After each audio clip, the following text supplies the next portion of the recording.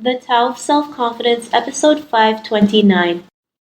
Welcome to the Tao of Self-Confidence, where I share stories of amazing women who have discovered their inner journey to self-confidence.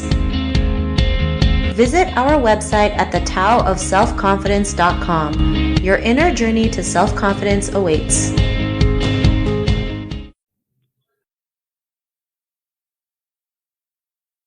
Well, hello, friend. Welcome to the Tao of Self-Confidence, where I share stories of amazing women who have discovered their inner journey to self-confidence. I'm your host today, Sheena Yap Chan, and today I have a phenomenal lady on the show today. She's an author, and I'm really excited to have her on and share her story with us today on self-confidence. So without further ado, I'm going to introduce you to Sambath Meas. Sambath, how are you today? Maybe you can fill in a little bit more about yourself to our listeners. Sure. Hi, Sheena. So my name is Sambath Meas, like you have introduced me nicely there. I was born in Pailin, Cambodia. Pailin is known as a gem town, and my family, during the time that I was born, we were in a civil war, and as historians and other people who read about the killing fields know, we were dominated by the Khmer Rouge, the Maoist-inspired Khmer Rouge regime, for almost 4 years before the country was invaded by Vietnam. So we survived that. We lived through that. And then my father didn't want to stick around, because the country was badly destroyed and we don't know what the new regime would be like. So we took a chance in, trudging through the landmine-infested jungle to go to Thailand. We didn't go all the way to Thailand. We were at the border. We were at the Cambodian-Thai border. That was 1979. And as the Thai and Khmer Rouge soldiers were fighting each other because Thai soldiers were afraid that we were encroaching on their territory, so they shoot at us to, back off to our own border. And when the international organizations, UNICEF and United Nations, heard about the atrocity that was going on, they came in, swoop us in and help us and set up refugee camps inside of Thailand. So we were one of the lucky families was trucked further inside into Thailand, and we were displaced there for 2 years before we were sponsored to the United States of America, actually, because my father spoke a little bit of English and wrote a little bit of English. He was able to apply to any country, either first world countries, second world countries, any country that were peaceful, scared. So he was desperately applying for any to come and save us. And, fortunately, so we were able to receive sponsorship in 1981, and we were in a town, Chicago. It's called Uptown. Uptown was abandoned, not really abandoned, but it was considered a blight town because it consisted of working class, and there were a lot of veterans, Vietnam veterans, and drug addicts and gangbangers. So we lived a pretty hectic life, but it's so much better than the refugee camps or in Cambodia because of the war. At least we were able to work. We had a home to live in. Granted that there are certain areas that we have to avoid walking through or going through. Thanks for sharing that story. I remember a couple of years back, there was an exhibit about the Khmer Rouge era. And yeah, it was such a horrific time in Cambodia, just to see pictures of the mass killings and pictures of unknown children and, just people like who died for no reason, right? It was such an unfortunate time in that era. And so yeah, I've researched it a couple of times, and it was crazy. But thanks for sharing your story. And Sambath, what's your favorite self-confidence quote? Oh yeah, because I'm a student of Napoleon Hill, and plus, Napoleon Hill's teaching is not that much different from Buddhism. Because Cambodian, our religion is Buddhism, and Napoleon Hill's teaching is not so much different due to the science aspect of it. It's about self-reliance, and so that's why I love this quote: "If you do not conquer self, you will be conquered by self." And I take that to mean like your brain. There are two sides to your brain. one is the emotional brain and another one is the thinking brain. The majority of us tend to let our emotional brain control us rather than letting our thinking brain control us. So that's why I love this quote. If you do not conquer self, you will be conquered by self. Awesome. Well, thanks for sharing that great quote. And in your own words, how do you define self-confidence?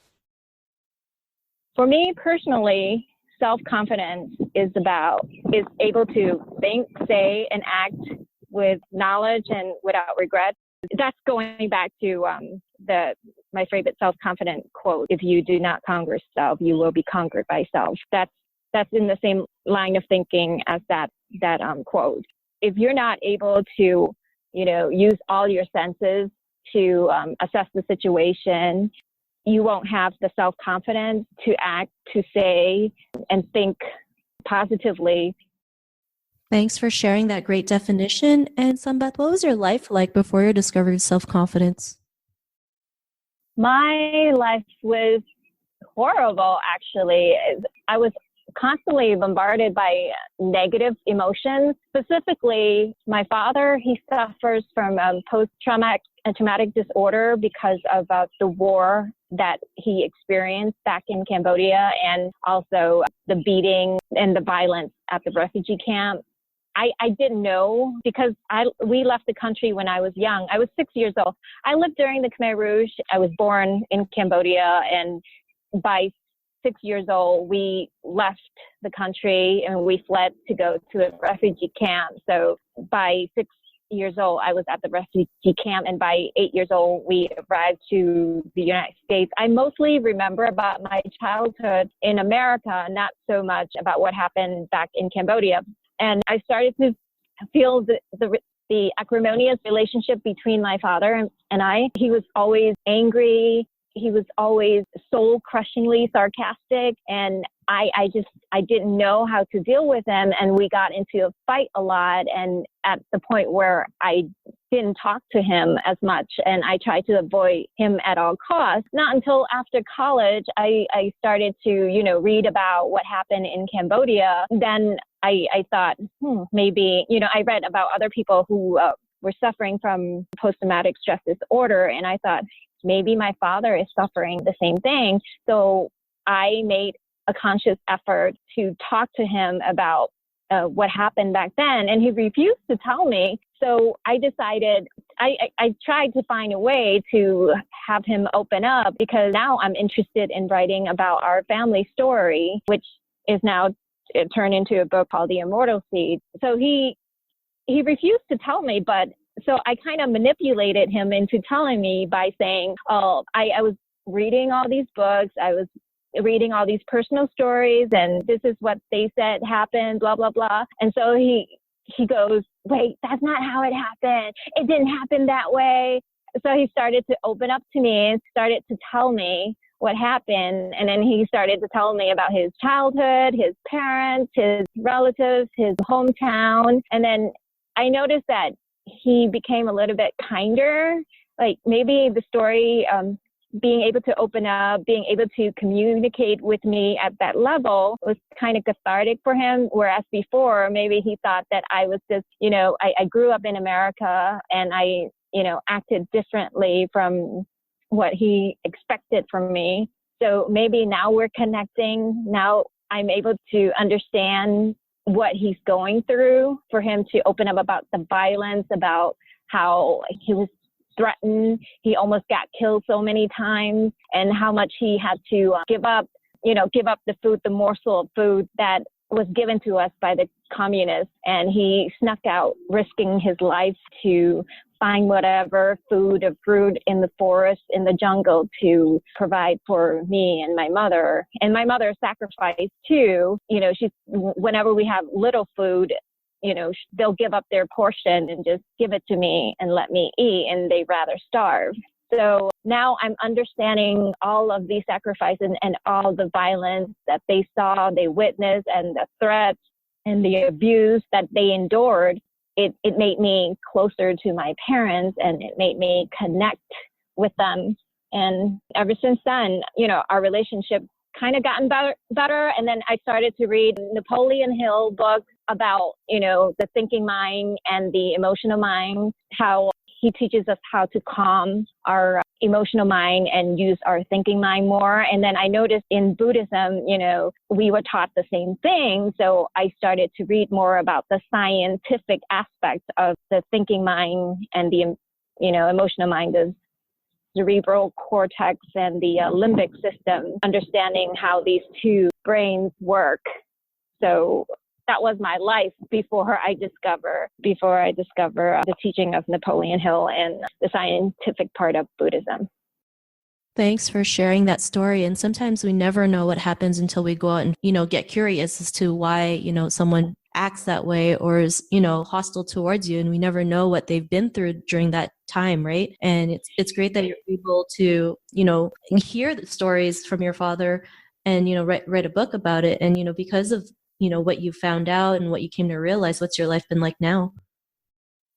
So we're much happier now. We're more stable people rather than angry and, always bickering all the time, always in conflict. So I really appreciate. I don't know how that came to me, but maybe it's because I wanted to write and I started reading more. Before, I never liked reading. But when I started to read, I discovered more things. I discovered other authors. I discovered the teaching that I've known for so long that was somewhat practiced, but not, I never understood it fully until I read other authors, scientific authors. Thanks for sharing that. And Sambath, if the woman who's listening to your episode, she's in her own journey of self-confidence, what would be that one tip you would give to her? Well, the one tip, as we've been talking about, the thinking mind and versus the emotional mind, I would like women who are on their journey to self-confidence, I would like them to take possession of their own mind. I understand, the majority of women, specifically Asian women, are so dependent on men. So I guess the first step is to realize that you have your own mind, therefore you can make your own decisions. So I just want them to remember, trust, believe in yourself, and believe in the universe or God, if you believe in God. Thanks for sharing that great tip. And I totally agree. We all have our own mind and we can go out there and make our own decisions, no matter how scary they may be, no matter if we second guess ourselves like 1,000 times, it's still the decision that we made and we should be proud of that. And the more we can practice making our own decisions and, like you mentioned, taking possession of our own minds, the more we can be confident and take action into whatever it is we want to do. So thanks for sharing that. And Sambath, if our listeners wanted to get to know a little bit more about you and what you do, is there any links or social media profiles we can connect with? Sure. They can visit me on Instagram at Miss Sambath. Well, Instagram, Meas Universe, actually. It's SMEAS, my first initial, my last name, and then Universe. And then they can follow me on Twitter at Miss Sambath Meas. And on Facebook, I have 2 Facebook pages. One is my personal Facebook, and another one is my author page, Facebook. So if you can follow me at those sites, I would greatly appreciate it. Awesome. Well, thanks for sharing that. And to our listeners, if you want to connect with Sambath, you can also head on over to the taoofselfconfidence.com and search for Sambath's name. Her show notes will pop up along with everything else that we talked about. And I just really want to thank Sambath for taking the time to share her story and tips with us on self-confidence. So thank you so much. Thank you, Sheena. I greatly appreciate this. Not a problem. It was really great having you on the show. And to our listeners, be on the lookout for another new episode of another amazing woman's journey to self-confidence. And we'll talk to you soon. Bye for now. Thank you for tuning in to another amazing episode of the Tao of Self-Confidence. Please subscribe to the show on Apple Podcasts or Spotify to get your daily boost of confidence.